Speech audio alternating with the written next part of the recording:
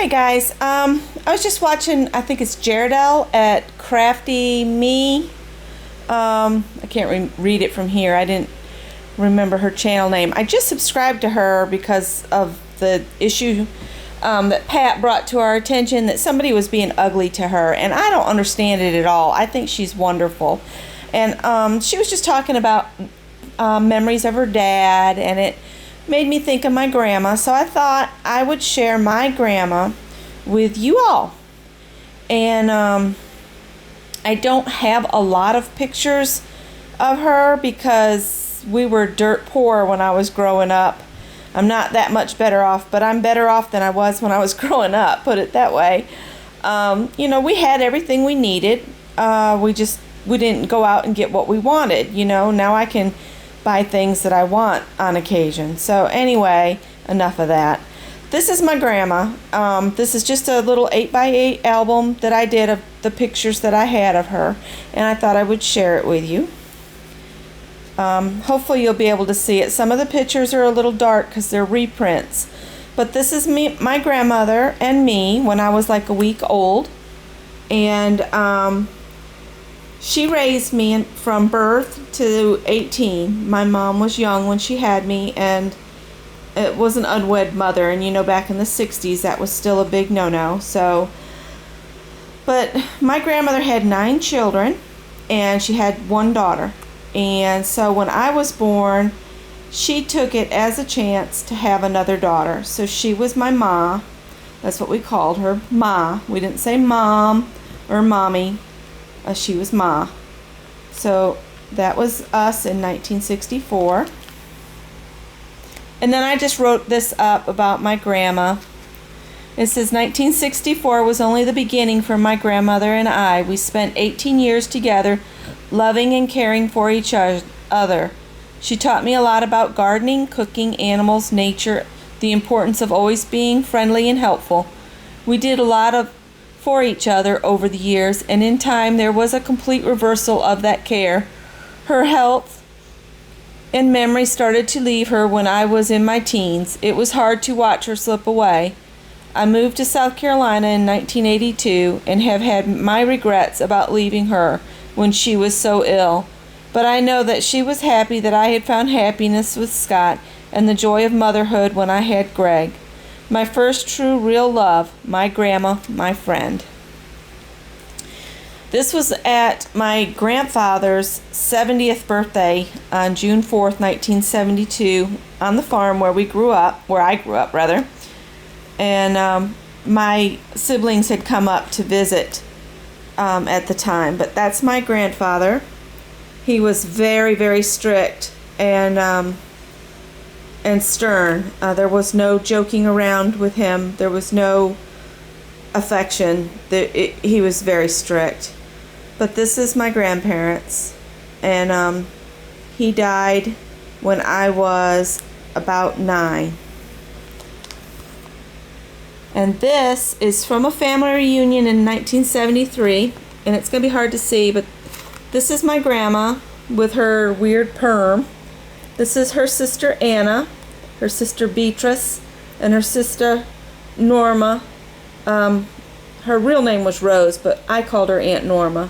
So it was Aunt Norma, Aunt Bee, Aunt Anna, and my grandma. And this is in front of the Grange Hall. Everybody was a member of the Grange. And down here, nobody knows what the Grange is. And there's a little bit of, my memories of my great aunts. And then this is my grandma in her greenhouse. We had a greenhouse that was attached to the house. So she grew camellias. This was in upstate New York, but she grew camellias in her greenhouse. So this is her when the camellia was blooming. And this is her with one of her amaryllis that she had started from seed. She started the bulb from a seed. So this was her happy place. And I love this picture. She was watering the plants in the greenhouse, and I snuck and I took this picture. And the flash startled her. And she said, "All right, you gall darn idiot." I thought she was going to spray me with a hose, y'all. It was so funny. I think I was, that was 1981, so I was about 16, 17 then. And this is me. No, I'll take that back. This is my grandma. This is my sister Robin, my brother Jack, the back of my sister Hazel's head, and my little brother Charles. I have one more sister, Rhonda, but she wasn't born yet. And they were picking Nanking cherries. And then here's my grandma. This is the only thing she ever drove, was her lawn tractor. And there's my siblings in the back of the wagon. And my grandma would cut the lawn at the Little Methodist Church and at the Grange Hall. If you went out the driveway here and turned left, this was our family's road. It was actually named after our family. It was Carr Road. And you would take it up the hill and then back down the hill, and then to the right would be the church. And then if you went farther down the right, on the right, there would be the Grange Hall. And that's what she got around with. We drove to the, quote, lower place, which was the lower acreage of the farm I grew up on, where there was an old barn. And we would go into the old barn foundation, and you could still see the barn floor and the gutters and where the stalls were and everything, but there was raspberries that grew in there, and we would pick raspberries. And I would ride in the wagon with the dogs. We had Katie and Jack, and they would get in the wagon with me, and we'd go down to the lower place and pick berries. And this is my grandma in the garden, and that black blob right there is my horse, Smokey. And Smokey would wait by the fence while Grandma was weeding, because she would throw the weeds to him. And you know how the grass is always greener? Well, the weeds were always greener for Smokey when Grandma came out. You'll notice in these pictures that my grandmother is wearing jeans. That was a big no-no when my grandfather was alive. So when he passed away, she got her some jeans, and boy, she was happy.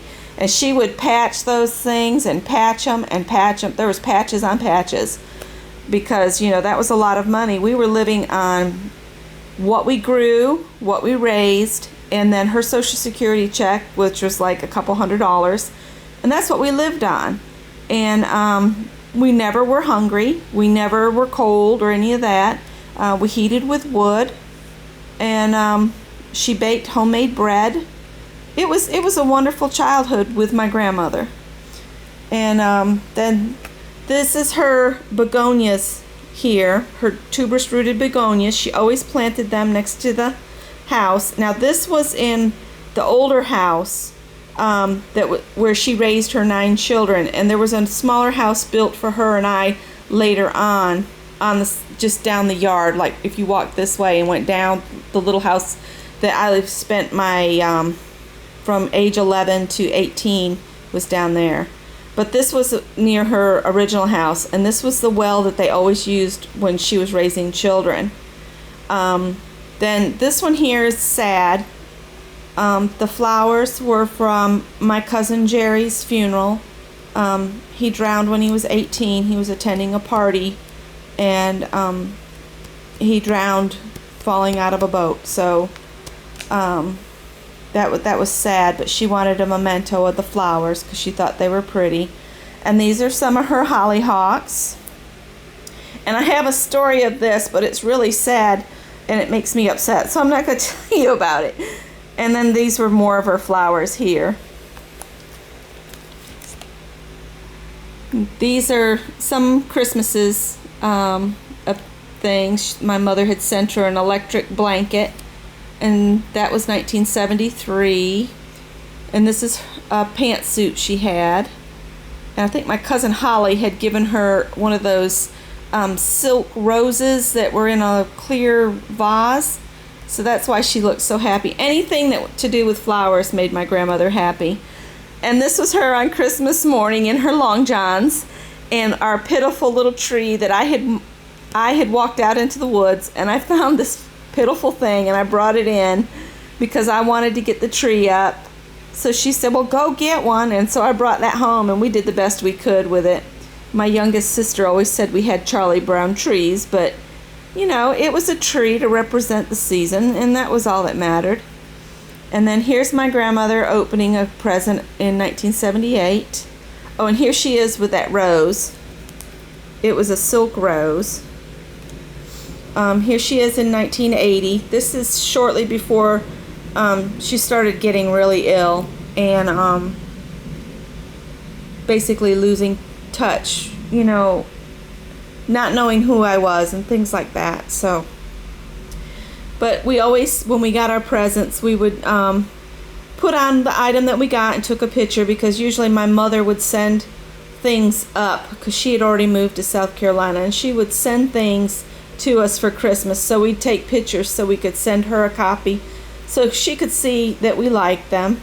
This is Grandma at her kitchen table, and there's our Christmas cards for that year. Eventually a door was put in here that went right out into the woodshed, so and then it just went on outside. That way she could get in the woodshed and throw wood downstairs to the furnace without having to be outside. This was one of her favorite presents. I'm not sure, can't remember who gave it to her. I think it's probably my mom, but she loved that thing. She could wrap up in it and watch her stories. She always watched The Young and the Restless and As the World Turns. And here she is opening a pot that I had made in pottery or art class in high school. And I don't know if she ever used it for anything, but she thought it was neat. And then this is a little story I did about my grandma's stove. That's the stove I learned to cook on, and it had this magnificent griddle in the center that made awesome, awesome pancakes, and I love that. And that's my grandma. And this one got me called a gall darn idiot again because I woke her up when she was napping. And anyway, and here she is with my step cousin Carol and my pony Clover Honey. And you can see where the greenhouse used to be. She had it across the driveway, and they moved it when they built the new littler house and attached it to the house for her so she wouldn't have to walk so far. And here's my grandma looking all happy. And you can see the pitiful try I did at age 12 to make some curtains. Hey, I tried. And here's my grandma. This is when she's awake after I woke her up. And here's my grandmother with that goofy perm she had. I didn't like it. I told her, I said that I don't like it. And that's my step cousin Carol again, holding a peacock feather. We didn't have peacocks. We got that from someone else. And then this is when I left New York and moved south to try to get to know my mom. This is my grandma up here with my youngest sister Rhonda. And then this is my youngest sister Rhonda, my littlest brother Charles, and that's Robin, my sister that's 5 years younger than me. And I think my mother's standing next to her. And then these were taken and sent to me after I had moved down here. This is Grandma with my replacement, which was a pug named Beauty. This is Grandma had her good days and bad days at this point, and she loved that little dog. And when she passed away, the little dog went about a week after, from what I was told. But this is Beauty. And she loved my husband. She would get all up in Scott's face. And this picture here of my grandma was taken when she came down when Greg was born and he was a baby. Was taken on St. Patrick's Day of 1987. And Olin Mills had called me and was offering me a special to get a free portrait of somebody else if I got Greg's pictures done. So I took the opportunity to get a professional picture of my grandma. And then we're coming up on the very end of the book. This was the last clear visit I had with my grandmother, and we had drove up there, and it was rough, and I'd walked into the kitchen and took this picture, and then I noticed that she'd been crying. And, you know, she was telling me about, I'm sorry.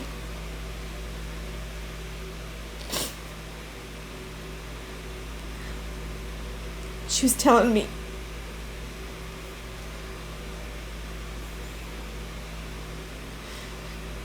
about how hard it was that all of her friends were dying and she was alone, and it made me feel really bad. I didn't mean to cry. I'm sorry. But, and this is the last picture I have, and she's holding her great grandchild, little Donnie the third, and then I have her obituary. So, thanks for watching. Bye.